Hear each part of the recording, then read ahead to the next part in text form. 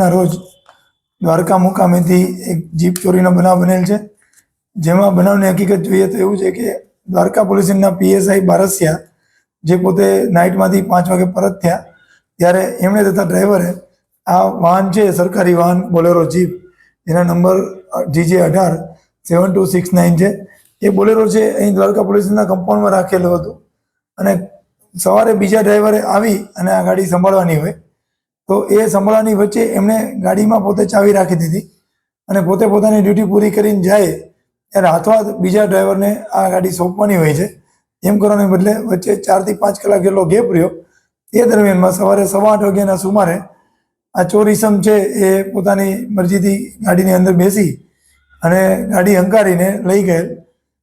જે ગાડીને સીસીટીવીની મદદથી ટ્રેક કરતા કુરંગા ટોલનાકામાંથી પાસ થયેલ જોવામાં આવેલ, ખંભાળિયા ટોલનાકામાંથી પાસ થયેલ જોવામાં આવેલ, જેના કારણે આજુબાજુના જિલ્લાને પણ એલર્ટ કરવામાં આવેલ, જેમાં જામનગર જિલ્લાને ખાસ એલર્ટ કરવામાં આવેલ અને દેવભૂમિ દ્વારકા જિલ્લાની એસઓજીની ટીમને જામનગર રવાના કરવામાં આવેલ.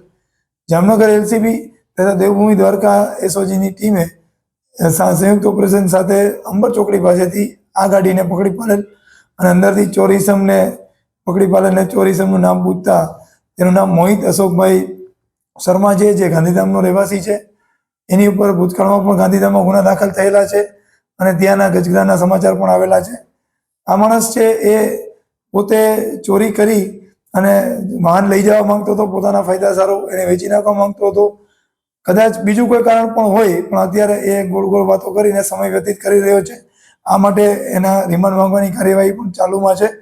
અને આ જે ચોર છે એ અહીંથી જ્યારે લઈ ગયો ગાડી, ત્યારે ચાવી અંદર ગાડીમાં હોવાના કારણે એ લઈ જઈ શક્યો અને એના કારણે અહીંયા જે 2 ડ્રાઈવરોની નિષ્કાળજી છે, જે બેદરકારી છે વાહન સાચવવા માટેની, એ ગંભીર નિષ્કાળજી પુરવાર થઈ અને જેના કારણે અત્યારે દેવભૂમિ દ્વારકા જિલ્લાના એસપી શ્રી નિતેશ પાંડે સાહેબે આ બંને ડ્રાઈવરોને નિલંબિત કરેલા છે. જે 2 ડ્રાઈવરના નામ છે રાજુભાઈ જે ઓળખ્યા અને કાળુભાઈ એમ મોઢવાડિયા. આ બંને ડ્રાઈવરને હાલ અહીંયાથી નિલંબિત કરવામાં આવે છે.